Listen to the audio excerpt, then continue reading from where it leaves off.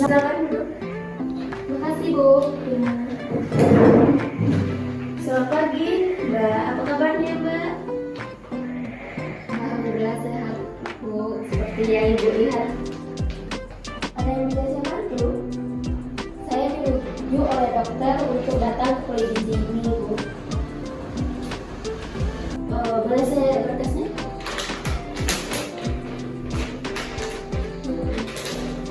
Saya cek dulu ya, Mbak.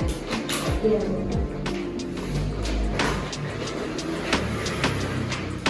Baik, saya Lena Rahma, ahli gizi di Poligizi ini.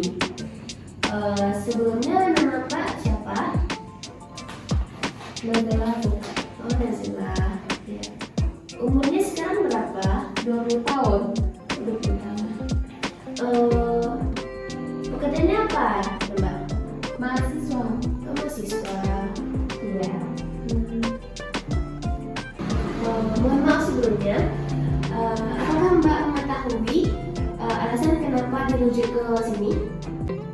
Saya tidak mengetahui alasan pasti, namun dokter sebelumnya menyampaikan bahwa tenaga medis di bidang ini tidak tersedia di fasilitas sebelumnya. Baiklah, dari data yang tertera di berkas ini, alasan kenapa Mbak dirujuk ke Poligizi ini karena obesitas. Apakah Mbak pernah sebelumnya melakukan konseling gizi? Belum pernah. Oh, belum pernah. Oh iya, baiklah. Saya akan menjelaskan terkait itu apa konseling gizi. Nah, konseling gizi ini merupakan komunikasi dua arah antara konselor dan klien untuk menyadari dan mengenali masalah gizi yang dihadapi oleh klien dan membantu untuk mengambil keputusan yang tepat. Oh ya Mbak, untuk konseling gizi ini kita membutuhkan waktu 30 menit. Apakah dari Mbak bersedia? Bersedia. Oh iya, bersedia. Baiklah. Oh iya, Bu. Kalau boleh saya tahu, dalam 30 menit ini rangkaian kegiatan apa saja yang kita jalani? Nah, baik, dari rangkaian konseling kita ini kita akan mendiskusikan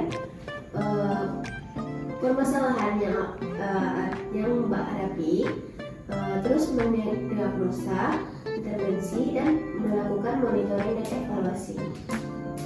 Apakah sebelumnya Mbak sudah melakukan penimbangan? Sudah sih, Bu, tapi sudah dari sebulan yang lalu. Sebulan yang lalu.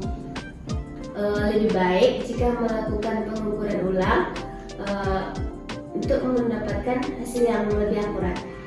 Mbak bersedia, Mbak? Bersedia, Bu. Baik, silakan Mbak.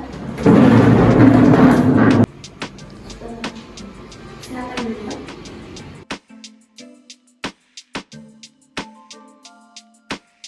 Nah, di sini Mbak ada mengantongi HP atau memakai jam tangan? Ada, Bu. Lebih baik ditaruh dulu ya Mbak. Iya Bu. Ya. Silakan deh Mbak. Ada ke depan ya Mbak.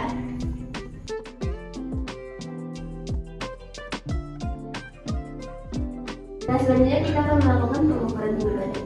Kamu tumbuhnya didekatkan ke dinding ya Bu.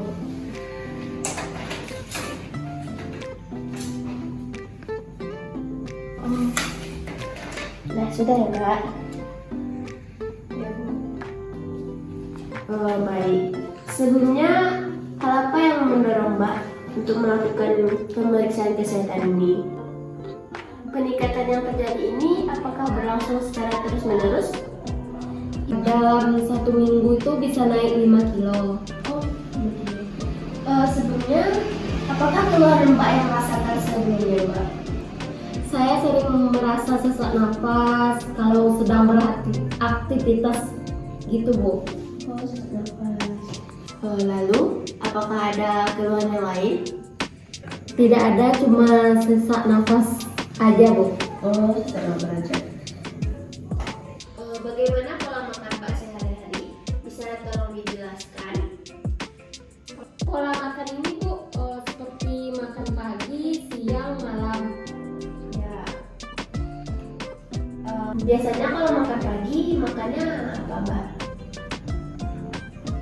Kalau pagi saya makannya nasi goreng. Nasi goreng. Kalau nasi goreng itu porsinya berapa centong nasi, Mbak? Saya makannya 2 centong. Oh, boleh lihat sini. Untuk centong nasinya, Mbak, ukuran yang mana? Yang B ini Bu, Oh, yang B. Iya. Itu berapa tadi? 2 centong. Oh, 2 centong. Itu ada tambahan lain, lauknya apa? Lauknya saya telur gitu. Oh, telur. Telurnya didadar atau direbus atau digoreng? Telurnya didadar. Oh, didadar.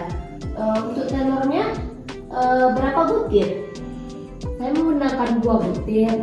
Untuk telurnya, Mbak biasa makan telur ayam atau telur itu? Telur ayam. Oh, telur ayamnya itu ya. Iya. Di dalam nasi gorengnya itu ada sayur-sayurnya juga. Ada tomat dan timun gitu Bu. Oh, timun dan tomat. Tapi saya cuma makan timunnya aja, tomatnya enggak. Kenapa? Enggak suka Oh, nggak soalnya. suka.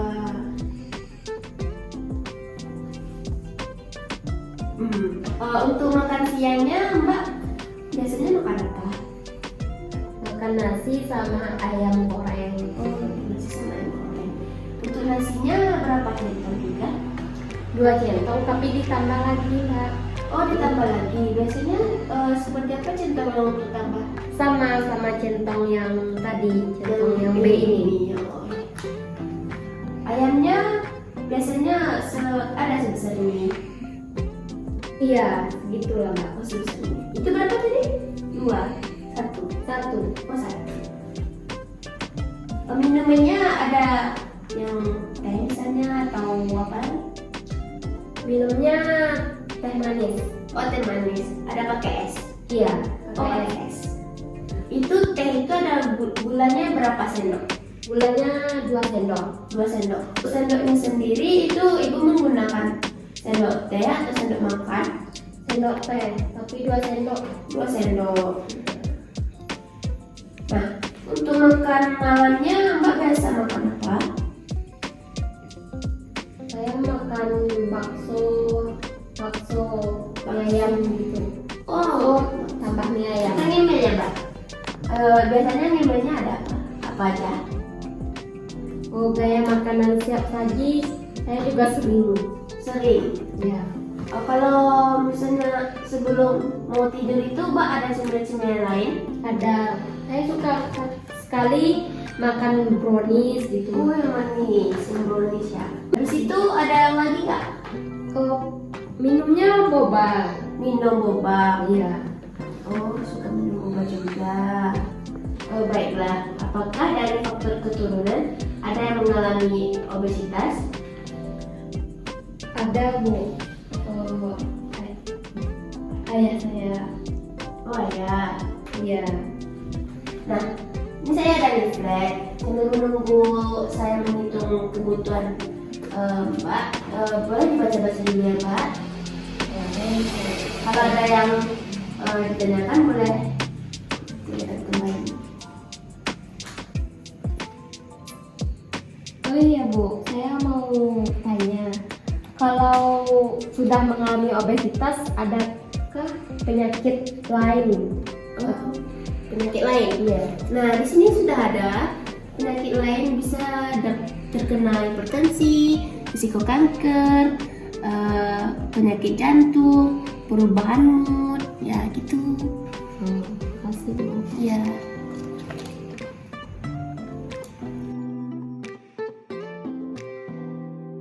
Nah, baiklah, dari data yang sudah saya lihat di sini IMT Mbak sudah tergolong obesitas ya, Mbak. Oh iya. Menentukan IMT itu gimana ya? Nah, Bu, cara untuk menentukan IMT itu berat badan dibanding dengan tinggi badan. Nah, gitu, Mbak. Oh, tergolong ke obesitasnya dari berapa ya Mbak? Kalau udah tergolong obesitas? Nah, di sini sudah ada, Mbak. Untuk tergolong obesitas itu dari Dari 25 sampai 29 itu tergolong obesitas 1. Sedangkan obesitas 2 itu sudah kurang lebih dari 30 ya, Mbak. Berarti Intinya. saya udah masuk obesitas tingkat Mbak ini sudah termasuk tingkat 2 ya. oh Kurang lagi yang manis ya, Mbak. iya Bu. Nah, di sini untuk data-data yang lainnya sudah tergolong normal ya, Mbak. Seperti tekanan darah Mbak itu sudah normal dan kolesterol Mbak sudah normal juga. Oh ya, Mbak, dari data di sini dapat saya simpulkan Mbak mengalami kelebihan zat gizi. Karena pola makan Mbak di sini suka yang manis, seharusnya Mbak kurangi yang manis-manis ini ya, Mbak. Kalau bisa ya. Tapi saya tidak bisa mengurangi secara Bertahap aja ya, Mbak. Nah, di sini Mbak juga kurangnya aktivitas. Seharusnya Mbak tuh rajin olahraga. Ya, Mbak, seperti bersepeda santai aja, senam atau yang senang aja gitu, Mbak. Ya, biar nggak terlalu melebihi berat badannya. Aktivitas itu bisa juga dengan bersihkan kos. Misalnya ada anak kos yang berantakan, seperti itulah ya kan. Mbak rajin-rajin ya, Mbak, biar keringatnya itu keluar. Iya.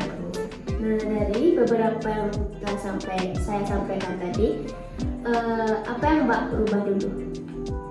mengurangi porsi makan gitu Bu. Oh iya. Terus Mengurangi minuman manis. ya jangan makan minum yang manis lagi ya. Seharusnya dikurangi aja gulanya, atau jangan sering minum boba, itu bisa meningkatkan naik badan badannya, Pak. Iya. Sejauh ini dari diskusi kita hari ini, apakah Mbak bisa menyampaikan ulang lagi yang terkait tentang konseling kita ini? Oh iya baik Bu. Ibu menyuruh saya untuk mengurangi makanan siap saji, mengurangi porsi makannya dan lebih Rajin olahraga. rajin lagi untuk melakukan aktivitas fisik seperti bersepeda, jogging, dan lari cepat. Ya. Baiklah, untuk konseling kita hari ini kita cukupkan sampai di sini. Konseling selanjutnya kita lakukan 2 minggu lagi ya. Apakah Mbak bisa? Bisa sih Bu, tapi harinya hari Kamis saya bisa. Oh, untuk selanjutnya bisa diinfokan di lewat WA ya, Mbak. Ini nomor WA saya, boleh dicatat, boleh di bawah. Ini sini jangan lupa diinfokan lagi ya. Baik, Mbak, ini ada leaflet yang bisa dibawa pulang dan dibaca-baca. Ini sudah ada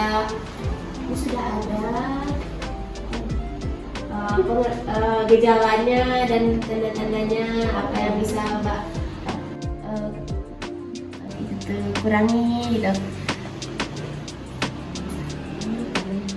Ini makanan untuk pola makan yang sehat gimananya. Ini ada juga tips-tips untuk diet. Mbak jangan lupa baca juga. Iya. Terima kasih Bu atas waktunya dan solusi yang Ibu berikan. Iya. Saya akan mencoba dietnya.